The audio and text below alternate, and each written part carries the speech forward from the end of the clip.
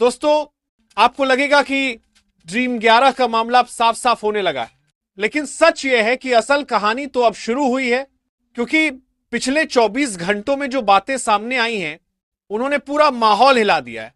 ये बातें कहीं लिखी नहीं है, ये बातें कैमरे पर नहीं बोली गई, ये अंदर की मूवमेंट है जो किसी बड़े ट्विस्ट की तरफ इशारा कर रही है।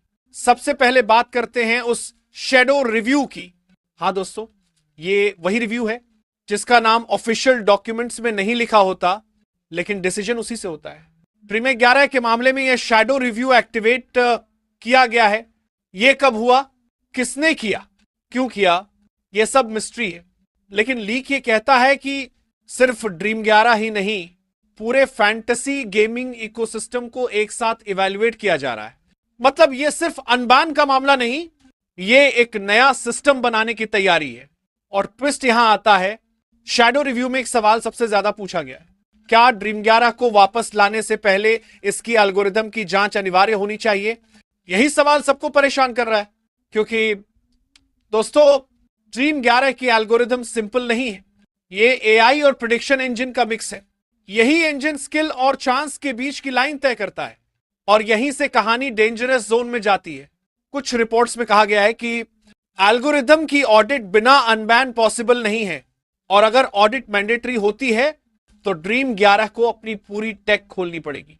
अब यह स्टेप आसान नहीं है, और शायद इसीलिए दो डिपार्टमेंट्स के बीच टकराव और बढ़ गया है। एक साइड कह रही है एल्गोरिदम ऑडिट हो जाए तो वापस लाया जा सकता है, दूसरे साइड का कहना है अगर कुछ हिडन मिला तो अनबैन और डिलेड हो सकता है। और दोस्तों यहीं से सस्पेंस का असली खेल शुरू होता है, क्योंकि अब मामला सिर्फ ऐप का नहीं रहा, अब मामला एल्गोरिदम का है, जो ड्रीम 11 का सबसे बड़ा सीक्रेट है। इसी बीच एक और चीज लीक हुई है। ड्रीम 11 ने एक इमरजेंसी कंप्लायंस किट तैयार किया है। इस किट में कुछ बड़े चेंजेस हैं।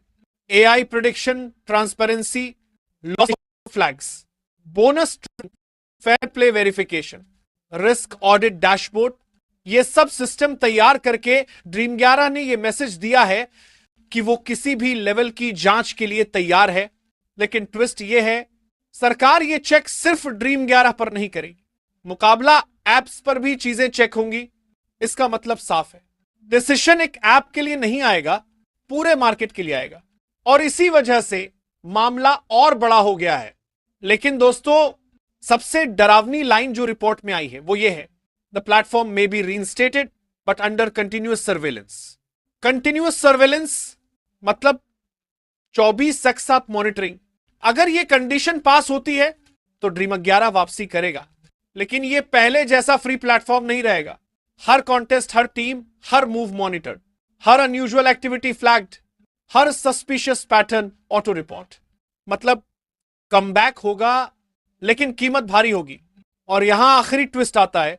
शैडो रिव्यू का फाइनल नोट यह कहता है, if the platform agrees to full transparency mode, unban can proceed faster. अब सवाल यह है, क्या ड्रीम 11 अपनी पूरी ट्रांसपेरेंसी खोलने को तैयार होगा? क्या वो अपनी एल्गोरिदम एक्सटर्नल ऑडिट को दे देगा?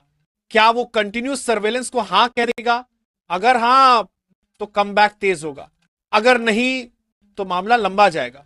दोस्तों इस कहानी की सबसे डरावनी बात यह है कि मामला अब उस आखिरी दरवाजे पर पहुंच चुका है, जहां या तो कंप्लीट एक्सेस मिलेगा या कंप्लीट डिले होगा। यह फैसला किसी भी समय आ सकता है।